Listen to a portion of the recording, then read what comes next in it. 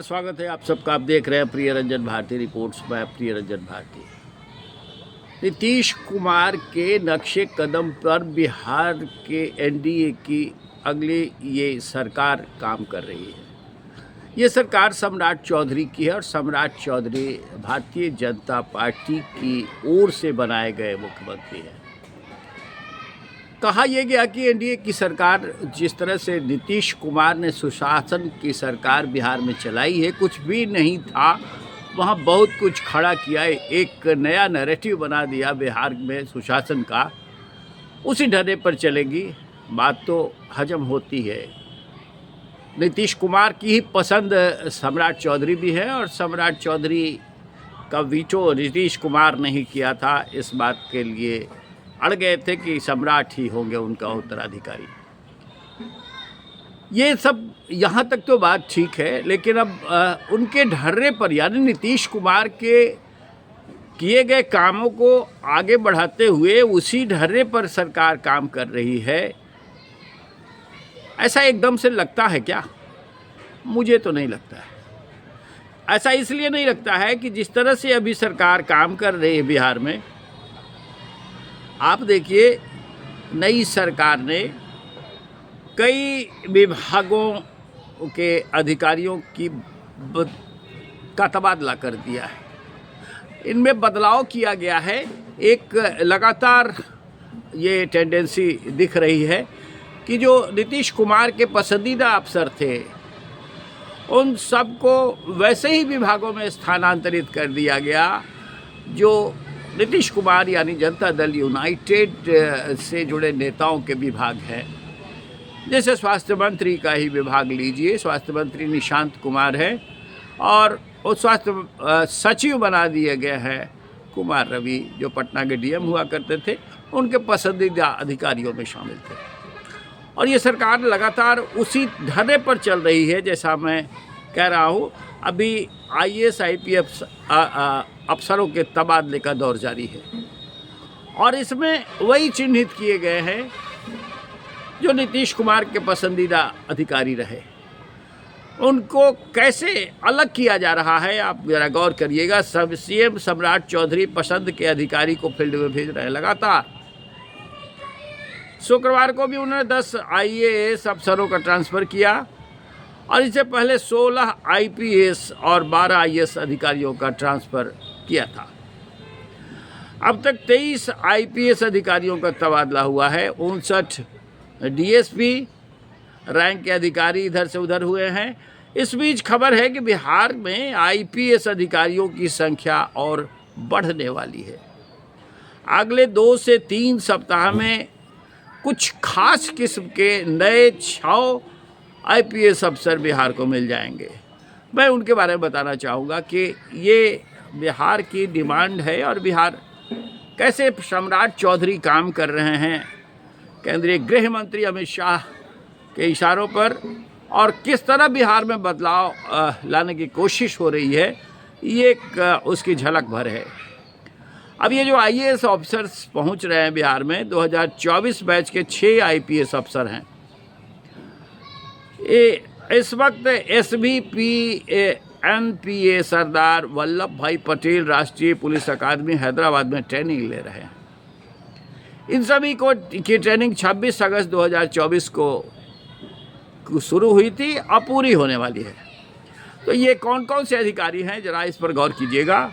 IPS Vinay Kumar, ये इनकी खासियत है 2024 बैच के आईपीएस अधिकारी हैं। विनय कुमार हिमाचल प्रदेश के रहने वाले हैं, बिलासपुर के खास करके इनका जुड़ाव है। इन्होंने हिमाचल के जल शक्ति विभाग हमीरपुर में प्रोसेस इंजीनियरिंग पद पर काम किया हुआ है। इनका घर बिलासपुर जिले के घुमारवी गहर पंचायत में है। इनके परिवार के लोग लंबे समय से हमीरपुर के अणु में रह रहे हैं। विनय ने आरंभिक शिक्षा हमीरपुर जिले के निजी स्कूल से की है। ये 3 बार फेल हो चुके हैं। 3 बार फेल होने के बाद विनय ने हिमाचल प्रदेश सर्विस कमीशन की प्रोसेस इंजीनियरिंग की परीक्षा पास की। फरवरी 2023 में जल शक्ति विभाग में नौकरी शुरू की। इन्होंने काम के साथ यूपीएससी की तैयारी जारी रखी। दिन में सरकारी काम काज निपटाते और देर रात तक पढ़ाई करते थे। चौथे प्रयास में इनको सफलता मिल गई, ये आईपीएस बन गए। और दूसरे अधिकारी जो हैं वो आईपीएस नवनीत आनंद, ये 7वीं में थे तब इनके पिता दुनिया छोड़कर चल बसे थे। 2024 बैच के आईपीएस अधिकारी नवनीत आनंद बिहार के ही हैं। इनकी पढ़ाई लिखाई राजस्थान और दिल्ली में हुई। नवनीत 7वीं क्लास में पढ़ रहे थे तभी इनके पिता का देहावसान हो गया था।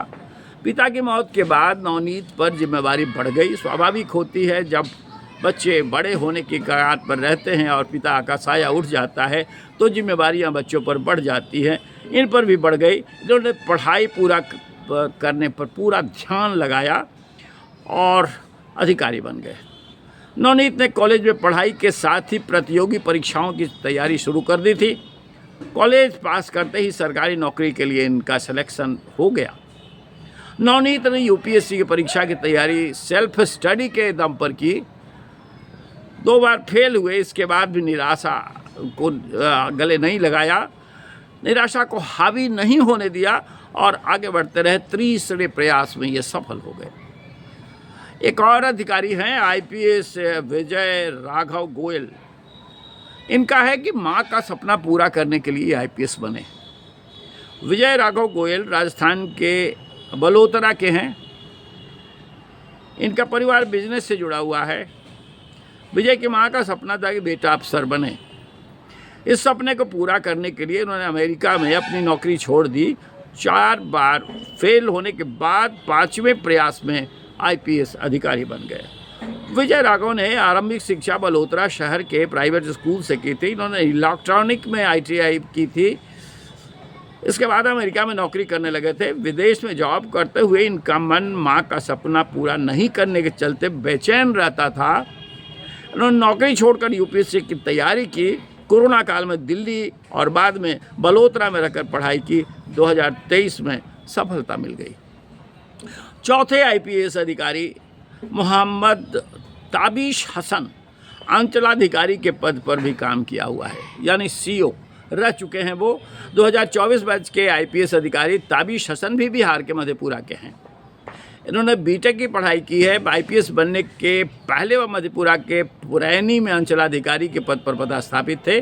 दिन में अंचल ऑफिस आकर काम करते और देर रात तक पढ़ते थे।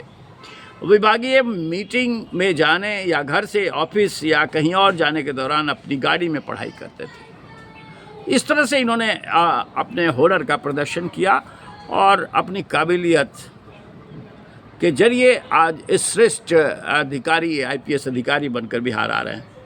आईपीएस कोशिंदर, ये इन्होंने बीटेक की पढ़ाई की है। कोशिंदर राजस्थान के झुंझुनू जिला के रसूलपुर आहिरान गांव के रहने वाले हैं।